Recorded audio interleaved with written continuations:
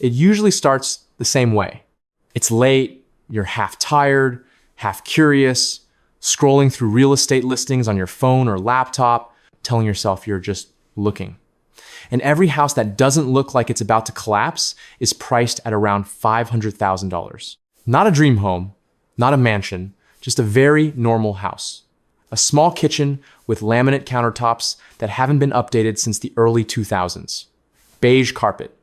Fake wood paneling in the basement. Maybe a backyard barely big enough to fit a grill. And somehow, with a straight face, the listing calls it a starter home. You pause for a second, not because you want it so badly, but because something about this feels off. You start doing the math in your head. Your salary, your partner's salary, your savings, your bills. And you wonder if you missed a massive promotion at some point, or if everyone else secretly got richer without telling you. Because this doesn't feel like how math is supposed to work. And yet, everywhere you look, this is presented as normal. Friends are buying, agents say it's just the market, banks say you're approved. Social media makes it look doable, even easy. But deep down, there's this quiet discomfort you can't shake. Not fear, not jealousy, just confusion. If so many normal people feel this same tension, maybe the problem isn't individual failure. Maybe the problem is the numbers themselves. And once that thought creeps in, it's hard to unsee it. Before we go any further, let's be very clear about what this is and what it isn't. This is not a video about how to hack the housing market, or how to squeeze into a bigger mortgage, or how to get approved for a loan that makes you feel grown up and successful. This is about the difference between qualifying for a house and actually being able to live in it. Because those are two completely different calculations, and pretending they're the same is how people end up stressed, trapped, and quietly miserable for years. A bank will approve you based on how much risk they are willing to take. That has nothing to do with whether you can sleep at night after the paperwork is signed. Being approved doesn't mean being safe. And by the end of this video, you'll have a much clearer number in your head. Not the one a mortgage broker gives you, but the one that answers a far more important question. Can you afford this house without turning your life into a constant financial stress test? In a lot of parts of the United States right now, a $500,000 house isn't considered expensive anymore. It's considered normal. That number used to mean something. It used to imply space, upgrades, maybe even a little comfort.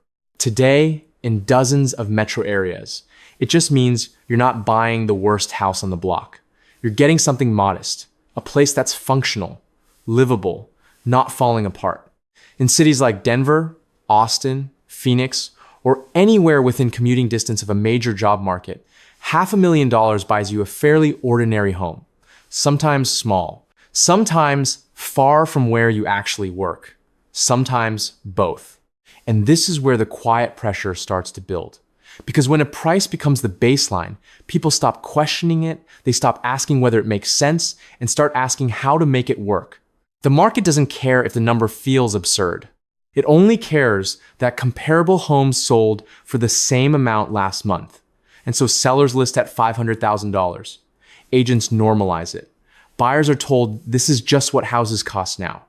Meanwhile, the median household income in the US sits around $84,000 a year. That means we're asking households earning a very average income to seriously consider homes priced at roughly 6 times what they make in a year.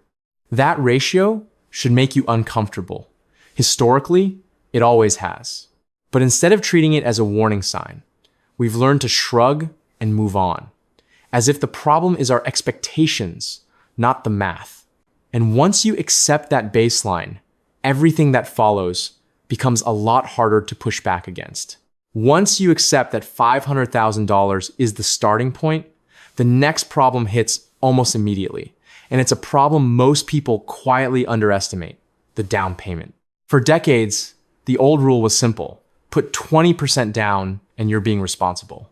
On a $500,000 house, that's $100,000 in cash. Not investments, not retirement accounts, actual money sitting there ready to be handed over. Say that number out loud for a second and let it land.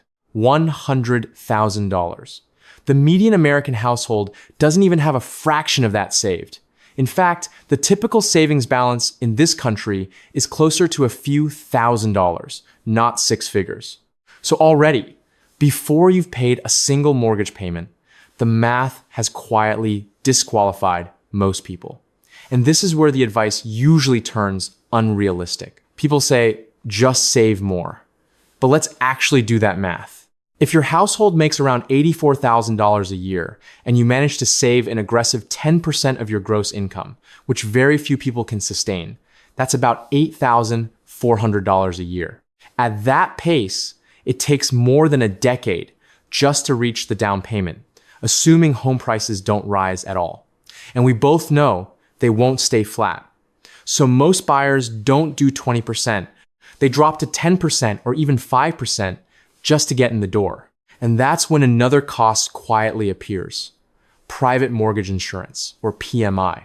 PMI is essentially a monthly penalty for not being wealthy enough upfront. You pay hundreds of dollars every month, not to protect yourself, but to protect the bank in case you default.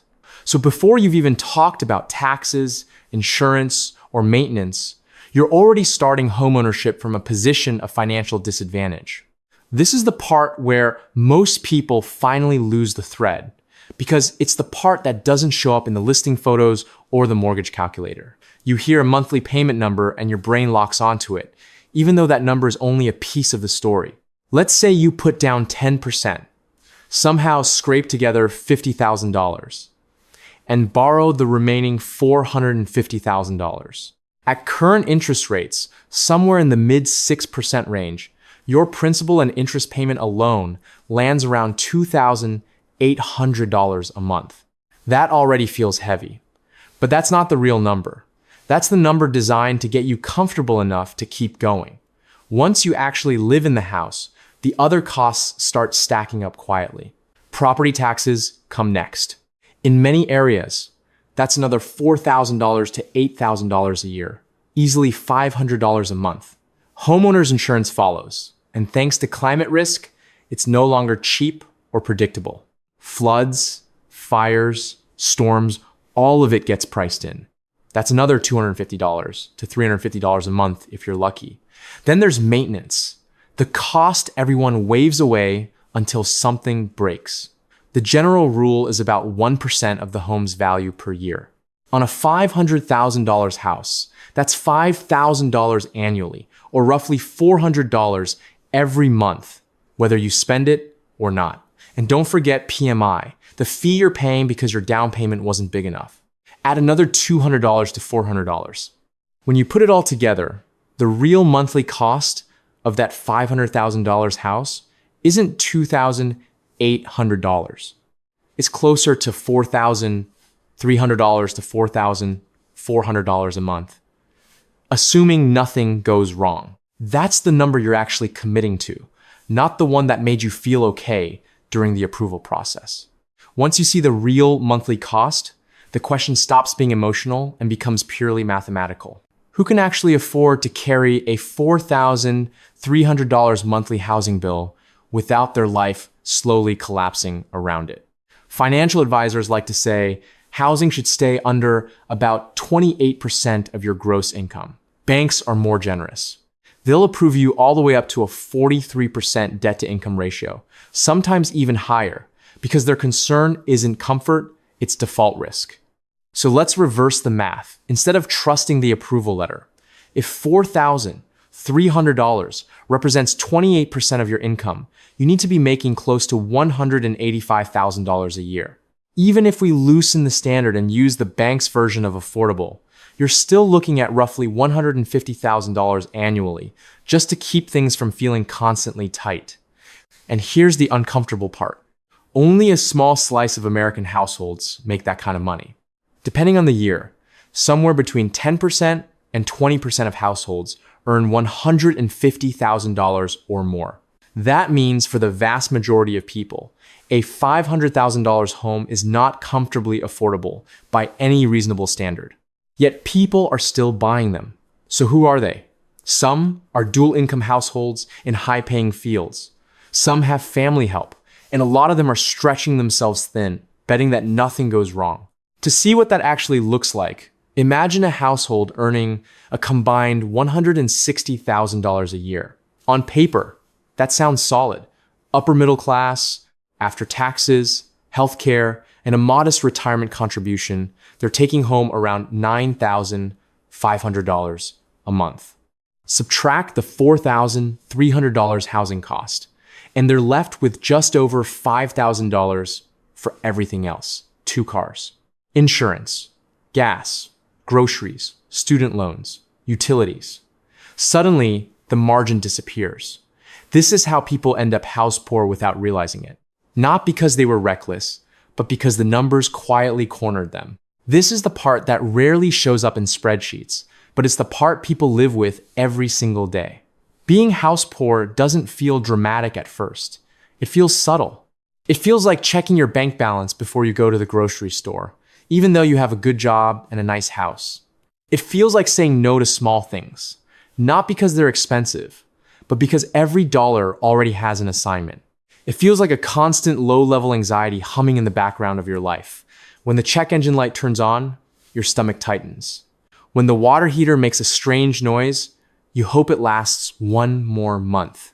When your kid needs braces or your deductible comes due, you're not asking whether you can afford it. You're asking which bill gets pushed back. The house becomes the center of every financial decision. Vacations disappear. Extra investing stops. Emergency savings never quite rebuilds. And the cruel irony is that from the outside, it looks like success. You own a home. You did what you were supposed to do. But inside, you're trapped in a cycle where stability depends on nothing going wrong.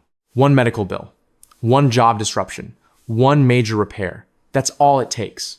This is what people mean when they say homeownership feels stressful now. It's not laziness or poor budgeting. It's living with a fixed, massive obligation in a system where everything else keeps getting more expensive. Here's the hardest truth to accept, and also the most freeing one.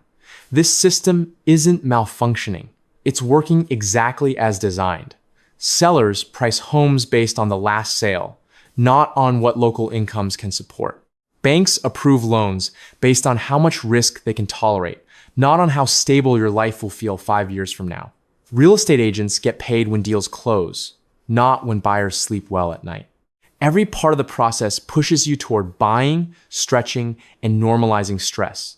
Because once you're in the house, you're locked in. Walking away later is expensive, emotionally and financially. So people stay.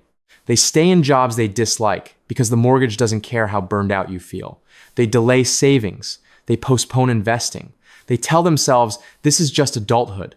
But struggling to afford shelter is not a rite of passage. It's a warning sign. The real protection isn't homeownership at any cost. It's margin.